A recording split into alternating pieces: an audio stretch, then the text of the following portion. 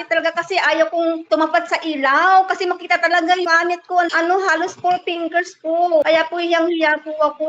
Ayaw ko pong humarap. Lagi po ako nag-alala na baka po makita. Tsaka lagi ako nagtatalit. Ako po kasi nagkaroon na alopecia areata. It means po na yung buhok ko po dito, nagsigsag po yan. Halos 2 fingers po ang paktaw niya. Then sa likod po, meron po dito, halos 4 fingers po ang laki. Tapos lumipis po yung buhok ko. Halos to the point na po na gumagamit na ako ng packing tape para po madampot ko yung mga hair ko. Discover ko po yung hair rep sa online. Tinaray ko muna po yung shampoo. 2 weeks po, nakita ko na po yung diferensya. Paunti ng paunti po yung paglalagas niya. Tinaray ko naman po yung serum.